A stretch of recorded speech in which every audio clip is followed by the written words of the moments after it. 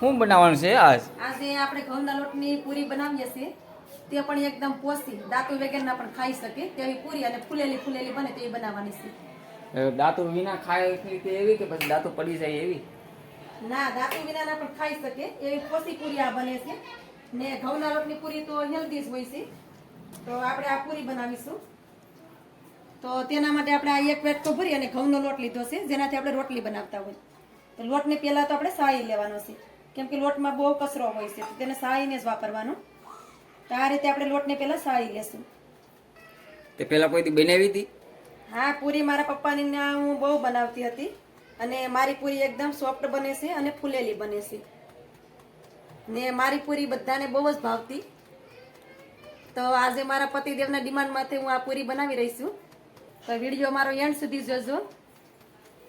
તો આપણે આ એક વાટકો ભરીને લોટ લીધો છે. તમારે જે પ્રમાણે પૂરી બનાવવી હોય તે પ્રમાણે તમે લોટને લઈ શકો, કેમ કે લોટનું આપણે કોઈ જાતનું અહીં માપ નથી હોતું, કેમ કે ઘરમાં જેટલા વ્યક્તિ હોય તે પ્રમાણે આપણે પૂરી બનાવવાની હોય. તો હવે આપણે લોટમાં પાણી નાખી અને લોટને બાંધી લેશું. તો આ રીતે થોડું થોડું તેમાં પાણી નાખતા જશું અને લોટને આપણે બાંધી લેવાનો છે.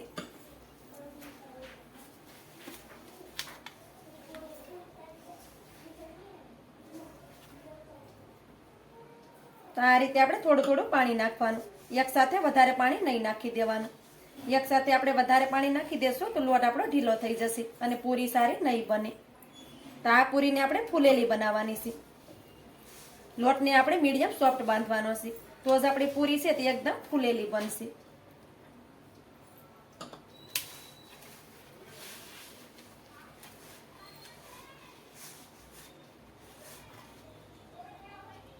લોટને આપણે એકદમ મીડિયમ ઠીક રાખવાનો, એકદમ સોફ્ટ લોટ હોવો જોઈએ. આ રીતે તો જ આપણી પૂરી છે તે એકદમ ફૂલેલી બને અને સોફ્ટ બને છે.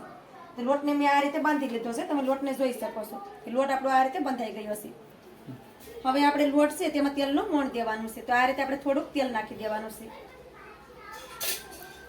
અને લોટને આપણે આ રીતે મસળી લેશું.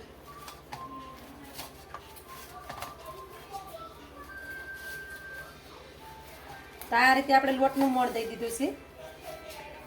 ઘણા લોકો લોટમાં પણ તેલ નાખી અને પછી પણ મસળતા હોય છે, પણ હું તો આ જ રીતે પૂરી બનાવું છું. તો પણ મારી પૂરી છે તે એટલી બધી સોફ્ટ બને છે અને ખાવામાં તો ખૂબ જ ટેસ્ટી લાગે છે. અને તમે આ પૂરીને 2-3 દિવસ રાખો ને તો પણ તે પોસી જ રહે છે અને કડક તો બિલકુલ નથી થતી. આપણે કાંઈ પણ જાત્રા કરવા જતા હોય ને તો પણ આ રીતે પૂરી બનાવી અને લઈ જઈ શકીએ છીએ. તો આપણે આ લોટને મોણ દઈ દીધું છે, તમે જોઈ શકો છો. હવે તેમાંથી આપણે પૂરી બનાવવાની છે. તો આ રીતે આપણે થોડોક લોટ છે તેને લઈ લેશું અને આ રીતે લુવો બનાવી લેશું. બાકીનો લોટ છે તેને આપણે સાઈડ પર રાખી દેશું. હવે આપણે પાટલો લઈ લેશું અને લોટને પાટલા પર રાખી દેશું. તેની ઉપર થોડોક આપણે આ રીતે કોરો લોટ સાટી દેશું.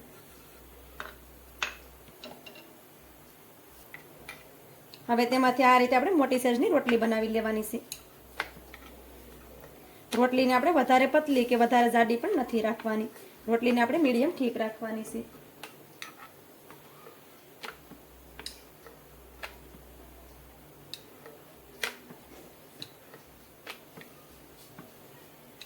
રોટલીને આપણે મીડિયમ ઠીક રાખશું તો જ આપણી પૂરી છે તે એકદમ ફૂલેલી બનશે.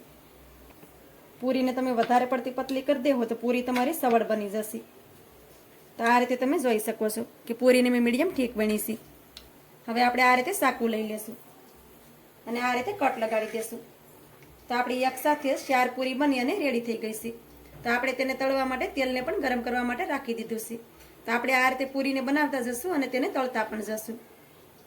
તે પણ એક ઓલામાંથી એક આ શેર બનાવી લીધી હો. આ રીતે આપણે એક રોટલીમાંથી 4 પૂરી વણી લઈએ તો આપણે એકલા ઘરે હોય ને તો પણ આપણે સહેલું પડે. કોઈ આપણે મદદ કરવા વાળું ન હોય ને તો પણ આપણે એક સાથે આપણે 5 વ્યક્તિને પણ પૂરી બનાવવી તો આપણે એને 15-20 મિનિટમાં બનાવી અને રેડી કરી શકીએ છીએ. તો આ રીતે પૂરી છે તે એકદમ સોફ્ટ અને ખાવામાં પણ પોસી બને છે. હવે પૂરીને આપણે તળી લેશું. તો તેલ પણ આપણું સારી રીતે ગરમ થઈ ગયું છે. તો આ રીતે પૂરીને નાખી દેશું. તમે જો મોટી કઢાઈ લીધી હોય તો તેમાં તમે એક સાથે ઝાઝી પૂરી નાખો તો પણ ચાલે. આ રીતે પૂરી છે તે ફૂલી જાય છે, પણ મેં આ નાની કઢાઈ લીધી છે એટલે એક સાથે મેં 2 પૂરી જ નાખી છે. મોટી કઢાઈ હોય તો આપણે એક સાથે 4-5 પૂરી પણ તળી શકીએ. આ રીતે નાની કઢાઈ હોય તો આ રીતે 2-2 પૂરી નાખતા જવાનું અને તળી લેવાનું. પૂરીને બંને સાઈડ ફેરવતા જવાનું અને પૂરી છે તે આપણી સારી રીતે સળી જાય ત્યાં સુધી તેને સળવા દેવાની છે. પૂરી પણ એમ તારી ફૂલી હો. પૂરી આપણી ફૂલેલી જ બને. આ રીતે પૂરી ફૂલી જાય ને પછી આ રીતે તેને બંને સાઈડમાં ફેરવવાની. પૂરીને આપણે સારી રીતે સડવા દેવાની. થોડોક એનો કલર ચેન્જ થઈ જાય ને ત્યાં સુધી સડવા દેવાની, જેથી કરી આપણે પૂરી છે ને તે કાસી ન લાગે ખાવામાં. હવે તમે જો આનો કલર પણ એકદમ ચેન્જ થઈ ગયો છે. હા પછી તેને આ રીતે કાઢી લેવાની. મને તો એમ હતું કે તને નહીં આવડતું હોય. મારી પૂરી તો ફૂલેલી જ બને, એટલે તમે તમારા માટે ખાસ જ બનાવી છે. વાહ બી વાહ. હવે પૂરીને આપણે આ રીતે થાળીમાં કાઢી લેશું. તો હવે આપણે આ જ રીતે બાકીની પૂરી છે તેને પણ તળી અને રેડી કરી લેશું. હાલ હાલ ખાઈ બને ભૂખ લાગી ખાવું છે. આડી 5 જ મિનિટમાં તમારા માટે પૂરી બની અને તૈયાર કરી દઉં. વાહ. આપણે એકલા હોય ને તો આ રીતે પૂરી બનાવીએ ને તો તે આપણે 5-10 મિનિટમાં બનાવી અને તેને રેડી કરી શકીએ છીએ. કેમ કે આપણે વણતા જવાનું અને સાથે તેને તળતા પણ જવાનું.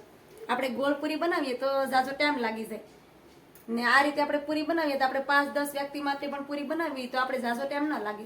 15-20 મિનિટમાં આપણે પૂરી બનાવી અને રેડી કરી શકીએ છીએ. તો આ રીતે તમે પણ પૂરી ચોક્કસથી બનાવજો. ખાવામાં તો ખૂબ જ ટેસ્ટી લાગે છે. તો હવે આપણે આ જ રીતે બધી પૂરીને તળી અને રેડી કરી લઈએ. હાલ હાલ બનાવ ખાઈ ખાવ. કેમ કે અમારા પતિદેવને બહુ ભૂખ લાગી છે. આ રીતે મેં બધી પૂરી બનાવી અને રેડી કરી લીધી છે. તમે જોઈ શકો છો કે બધી પૂરી ફૂલેલી બની છે અને એકદમ પોસી લૂઝ એવી બની છે. તો આ રીતે પૂરી તમે પણ ચોક્કસથી બનાવજો. તો મારી આજની રેસીપી તમને સારી લાગી હોય તો લાઈક કરી કોમેન્ટ કરી દેજો. ચેનલ પર નવા હોય તો ચેનલને સબસ્ક્રાઇબ કરવાનું ભૂલતા નહીં. તો મળીએ એક આવી જ નવી રેસીપીની સાથે. ત્યાં સુધી બધાને જય માતાજી.